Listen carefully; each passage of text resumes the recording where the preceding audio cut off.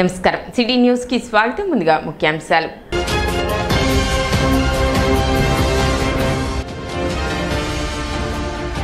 Tenali court ప్రాంగణాలను సందర్శించిన ఉమ్మడి గుంటూరు జిల్లా ప్రధాన న్యాయమూర్తి సాయి కళ్యాణ్ చక్రవర్తి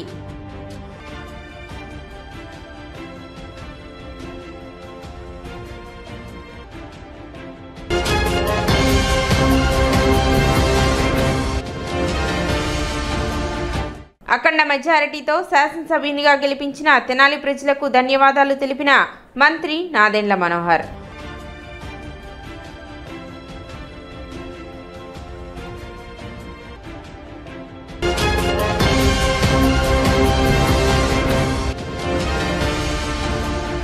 టీడీపీ కార్యాలయంలో కూటమి ప్రభుత్వం మొదటి సంవత్సర విజయోత్సవ వేడుకలు ముఖ్య అతిథిగా పాల్గొన్న ఎమ్మెల్సీ ఆలపాటి రాజేంద్ర ప్రసాద్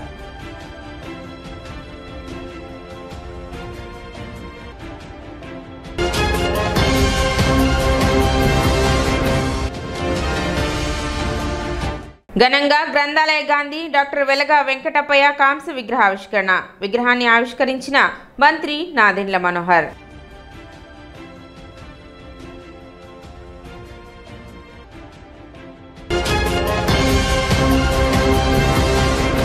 గుంటూరు జిల్లా జడ్జి కళ్యాణ్ చక్రవర్తి తెనాలి కోర్టులను సందర్శించి సమస్యలను తెలుసుకున్నారు.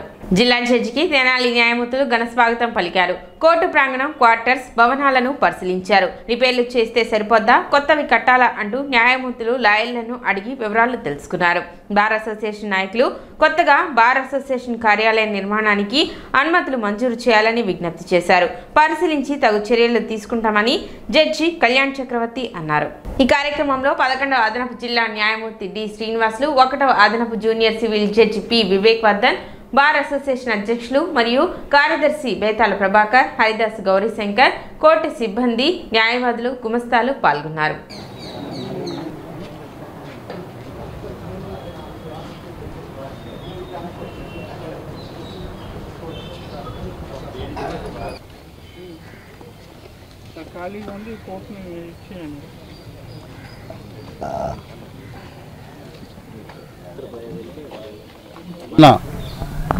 మన గుంటూరు జిల్లా జడ్జి గారైన కళ్యాణ్ చక్రవర్తి గారు మన తెనాలి ప్రాంగణానికి, తెనాలి కోర్టు ప్రాంగణం రావడం జరిగింది.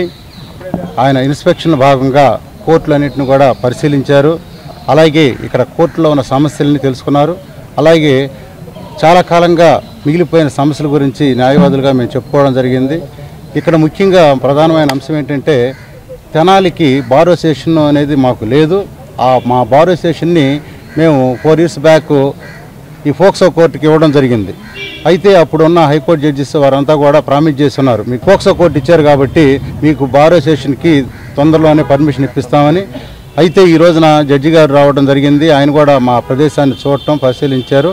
అలాగే మాకు ఈ రోజున R&B వారిని పిలిపించి అది ఎంతవరకు వచ్చింది ఏంటి దాని పనుల గురించి అడిగితే, ఇక్కడ టాయిలెట్లకు కానీ, అక్కడ సెకండ్ కోర్టు దగ్గర టాయిలెట్స్కి కానీ అన్నిటికి కూడా ఫండ్ రిలీజ్ చేయడానికి మొత్తం బడ్జెట్ పెట్టుకున్నామని చెప్పారు.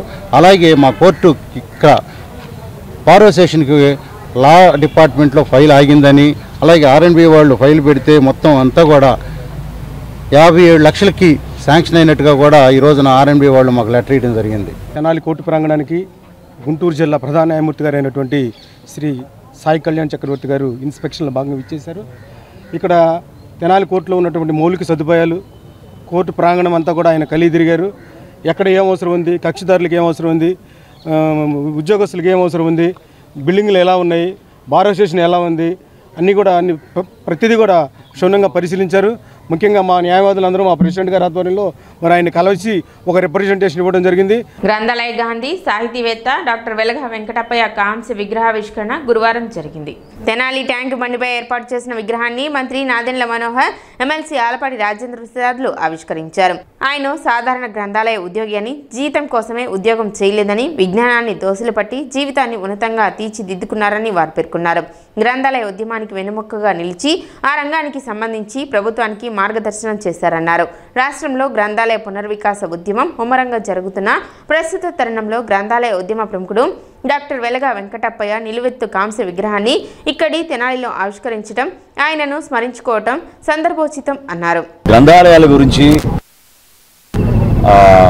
మన ప్రాంత చరిత్ర గురించి ఆయన ఎంత తపన పడేవారో, ఏ విధంగా మన బిడ్డలకి మన భవిష్యత్తులో తెలుగు భాష గురించి ఒక రచయితగా కాకుండా ఓవరాల్గా ఆయనకున్న ఎక్స్పీరియన్స్ని ఈ ప్రాంతానికి ఉపయోగించాలి.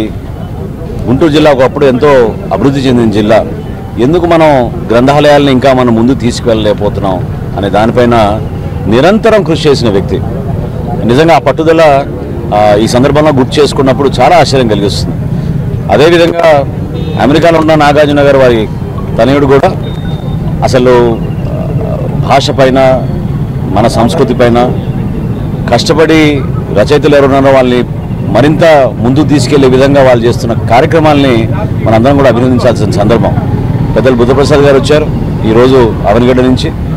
ఆయనకి గతంలో ఉన్న ఈ ప్రయాణంలో అనేక సందర్భాల్లో కూడా వీరు ఇరువురు కలిసి కార్యక్రమాలు చేశారు.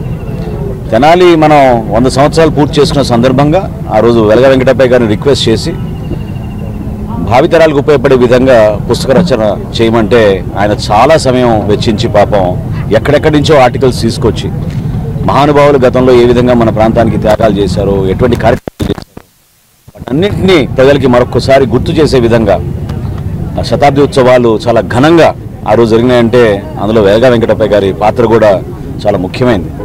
సో ఈ సందర్భంగా మనం తెనాల్లో ఆయన విగ్రహావిష్కరణ చేసుకోవడం, ఐతానగర్ వాసి ఈరోజు ఆయన జన్మదినం. సో ఆ సందర్భంగా కుటుంబ సభ్యులందరినీ కూడా నేను అభినందిస్తున్నాను. డాక్టర్ వెలగ వెంకటప్పయ్య గారి గురించి మాట్లాడుకోవడం అంటే మన ప్రాంత వాసి అయినా కూడా ఆంధ్ర రాష్ట్రానికి అక్షరాలని పట్ల ఎవరైతే ఆపేక్షతో ఉంటారో అందరికీ చిరపరిచితుడు డాక్టర్ వెంకటప్పయ్య గారు. ఆయన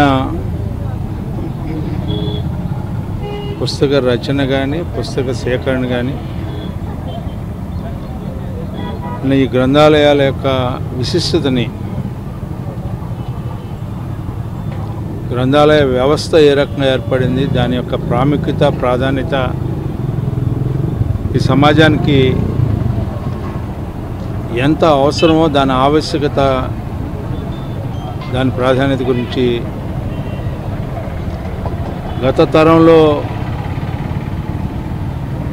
పాతూరు వారు, శారద గారు వీళ్ళందరూ ఉన్నా నేటి తరానికి భవిష్యత్తుకి మార్గాన్ని చూపించినటువంటి గొప్ప మహనీయుడు డాక్టర్ వెలగ వెంకటప్పయ్య గారు. ఆయన అనుక్షణం అనునిత్యం అక్షరాలని అధ్యయనం చేయటంలో కానీ, అక్షరాలని ఆనందింపజేయటంలో కానీ, అక్షరాల్లోనే అన్నీ ఇమిడి ఉన్నాయనే భావన ఆయన మది నిండా ఉన్నటువంటి ఆలోచనలు, ఆయన భాష్యం, ఆయన భావన సమాజానికి ఒక మార్గదర్శకుడు. పుస్తక రంగంలో కానీ, పుస్తక పఠనంలో కానీ, పుస్తక సేకరణలో కానీ ఆయనకి వారే సాటి. కార్యక్రమంలో మున్సిపల్ చైర్పర్సన్ తాడిబోయిన రాధిక, మాజీ మహిళా కమిషన్ చైర్పర్సన్ నన్నపనేని రాజకుమారి, వెలగ వెంకటప్పయ్య, కుటుంబ సభ్యులు, పట్టణ ప్రముఖులు పాల్గొన్నారు.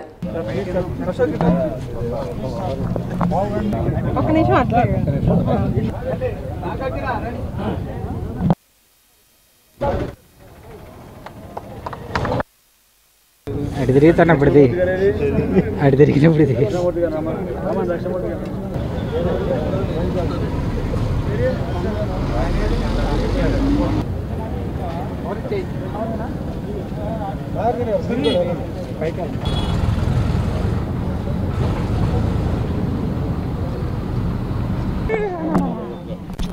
మీరు కూడా ముందుగా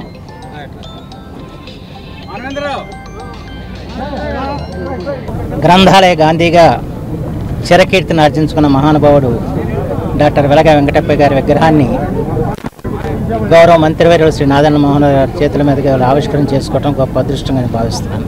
ఈ కార్యక్రమంలో పాల్పంచుకోవటం నాకు ఎంతో ఆనందదాయకం. ఎందుకంటే నా చిన్ననాటి నుంచి కూడా వెలగా వెంకటప్పయ్య గారితో అనుబంధం ఉంది.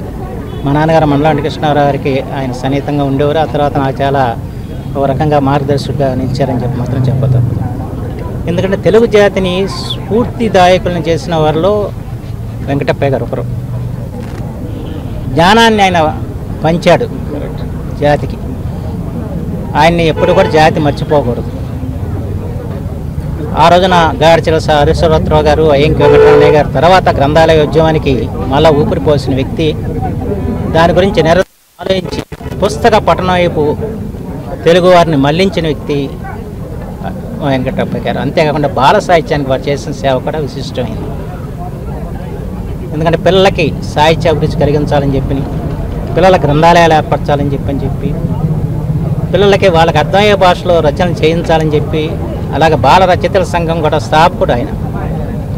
ఆ రకంగా బహుముఖమైన కృషి చేశారు. ప్రత్యేకించి విజ్ఞాన సరస్వాలు రూపకల్పనలో కూడా ఆయనది పెద్ద పాత్ర. ఎందుకంటే తెలుగు జాతిలో పుట్టిన మహనీయుల చరిత్రలన్నీ కూడా సంకలనం చేసి దాన్ని ఒక సర్వస్వంగా రూపొందించి తెలుగు విశ్వవిద్యాలయం ద్వారా ప్రచురింపజేశారు వెంకటప్పయ్య వారి సంపాదకత్వాన్ని.